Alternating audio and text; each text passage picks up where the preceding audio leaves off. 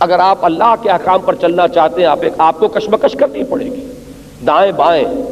آپ کے ہو سکتا ہے خود گھر والے جو ہیں وہ آپ کے خلاف سب سے پہلا محاذ کھول لیں۔ ایک شخص جو آج تک رشوت لے رہا تھا آج طے کرتا ہے کہ یہ حرام ہے، اے اللہ میں توبہ کرتا ہوں، معاف فرما دے اب تک جو کچھ میں نے اس سلسلے میں کیا ہے، آئندہ کے لیے عزم مصمم کرتا ہوں کہ نہیں لوں گا۔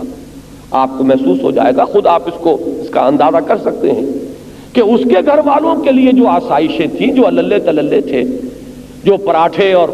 انڈے وہ صبح کے ناشتے میں استعمال کر رہے تھے، اب اگر وہ سوکھی تنخواہ پر سوکھی روٹی بھی فراہم کر سکے اپنے گھر والوں کو تو بڑی بات ہے۔ ظاہر بات ہے کہ پہلی چوٹ جس پر پڑے گی وہ اس کے اپنے اہل و عیال ہیں، اور سب سے پہلی بغاوت جو ہوگی وہ اپنے گھر سے ہوگی۔ اسی لیے سورہ تغابن میں فرمایا گیا ہے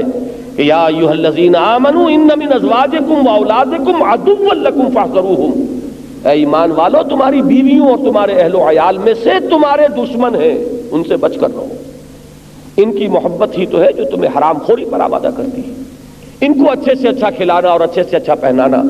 ان کے لیے اعلیٰ سے اعلیٰ تعلیم کا بندوبست کر دینا، اگر جائز ذرائع سے نہیں ہو رہا تو ناجائز ذرائع میں انسان ہاتھ مارتا ہے۔ یہ در حقیقت عداوت ہے، محبت نہیں ہے،